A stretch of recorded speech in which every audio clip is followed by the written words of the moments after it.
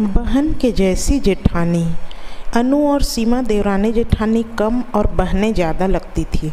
रिश्तेदारी में हर कोई उनके आपसी प्यार और समझदारी की मिसालें देता था। एक समय ऐसा भी आया जब आपसी सहमति से घर और किचन भी अलग हो गए, पर दोनों ने अपने दिलों में दूरियां कभी नहीं आने दी। पर ऐसा हमेशा से नहीं था। जब अन्नू की शादी हुई तब उसके सास ससुर और जेठ जेठानी थे। सभी का व्यवहार घर में एक दूसरे के प्रति बहुत अच्छा था। सभी एक दूसरे को इज्जत देते थे। पर अनु को ये सब बड़ा अजीब लगता था, क्योंकि उसके माता पिता बचपन में ही अलग हो गए थे। अनु के नाना जी ने उनकी माँ की दूसरी शादी करवा दी थी। पर अनु के लिए ये सब बहुत बुरा अनुभव साबित हुआ, क्योंकि अनु की माँ के ससुराल वाले बेटी को स्वीकार नहीं करना चाहते थे। इसलिए अनु अपने नाना नानी के साथ रह रही थी। फिर उनके जाने के बाद अनु की माँ ने उसे हॉस्टल में भेज दिया। कभी कभी माँ उससे मिलने जाती थी, पर अनु के बचपन के अरमान कहीं दफन से हो गए थे और वह हमेशा चुप सी सिर्फ अपने काम से ही मतलब रखने लगी थी।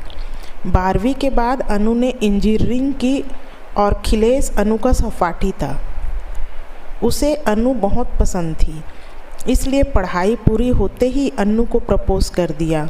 अनु के पास भी मना करने की कोई वजह नहीं थी और वो भी खिलेश को पसंद करती थी, इसीलिए उसने भी झट से हाँ बोल दिया। ये बात खिलेश ने अपने घर वालों को भी बताई और सब तैयार हो गए। दोनों की शादी के लिए खिलेश और अनु की नौकरी लगते ही दोनों की शादी हो गई। जब वो दुल्हन बनकर आई तब सबने उसे सर आंखों पर बिठा लिया, पर उसे आदत नहीं थी इतने प्यार की, इसलिए उसका व्यवहार रूखा ही रहता था सबके प्रति। लेकिन फिर भी सब माफ़ कर देते कि चलो सब ठीक हो जाएगा। अनु के शादी के 2 साल के अंदर ही एक एक्सीडेंट में उसके सास ससुर इस दुनिया से छोड़ के चले गए। उस समय अनु 3 महीने की प्रेग्नेंट थी। ऐसे में न तो उससे कोई काम होता था और न ही कुछ खाया जाता था। जेठानी सीमा सब समझती थी, इसलिए उसे मनाकर डांट कर कुछ न कुछ खिलाती रहती थी। धीरे धीरे समय बीतता चला गया और अनु की गोद भराई का समय भी आ गया। सीमा ने सारी तैयारी कर ली। कुछ पड़ोसनें भी आई थी और वो आपस में बात कर रही थी। सुना है अनु तो अनाथ है, फिर वो सामान कैसे आएगा जो मायके से आता है। पहली गोदी तो मायके के सामान से ही भरी जाती है। हाँ अनीता, तुम सच बोल रही हो, पर हमें इन सब से क्या लेना देना। हमें तो बुलाया गया है, बस ये सब वो सोचे। हमें इन सब बातों में नहीं पड़ना चाहिए। अनु भी ये बातें सुन रही थी और बहुत दुखी हो रही थी। फिर सबने लाकर उसे बड़े से पटे पर बिठाया और माथे पर टीका लगाया और जेठानी ने आवाज़ लगाई, अनिल आ जाओ, आंटी जी आप भी आइए ना। सभी औरतें सामने ही बैठी थीं, इसलिए अनु देख नहीं पाई। जेठानी ने पहले गोद भरी और आशीर्वाद दिया, फिर सभी फंक्शन में आई हुई औरतों ने। अनु मन ही मन अपने जेठ जेठानी को धन्यवाद दे रही थी। फिर फंक्शन ख़त्म होते ही सभी खाना खाने के बाद चली गईं और पूरा हॉल खाली हो गया। तब अचानक से अनु की नज़र अपनी माँ पर पड़ी। वो उन्हें देखते ही रो पड़ी और गुस्से से बोली, क्यों आई हैं आप यहाँ? मुझे भूल गई थी ना आप, फिर आज ही क्यों? दोनों माँ और बेटी बहुत रोईं।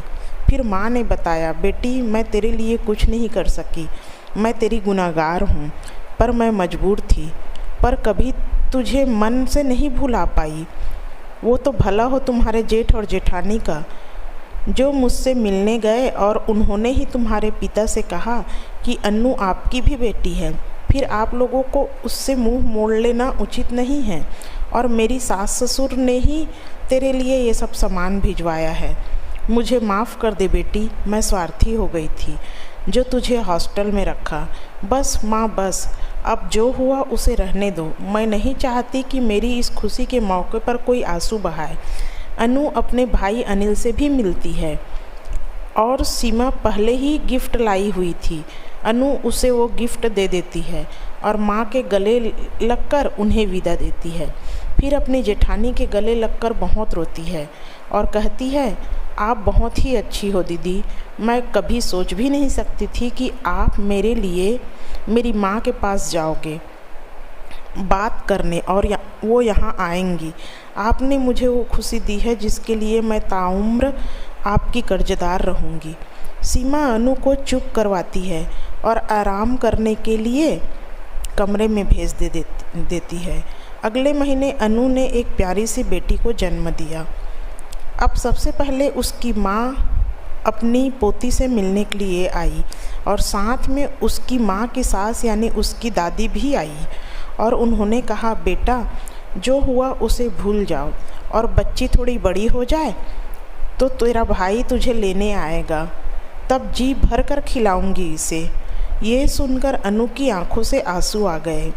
ये सोचकर कि जितने रिश्ते उसने खोए थे उससे भी कहीं ज़्यादा पा लिए और इन सब खुशियों के पीछे सिर्फ उनके जेठ और जेठानी थे जिन्होंने अनु को छोटी बहन की तरह ही प्यार दिया। और उसके बाद अनु ने भी पूरे मन से अपने सारे रिश्ते निभाए, क्योंकि ऐसी बहन से भी बढ़कर जेठानी को वो खोना नहीं चाहती थी।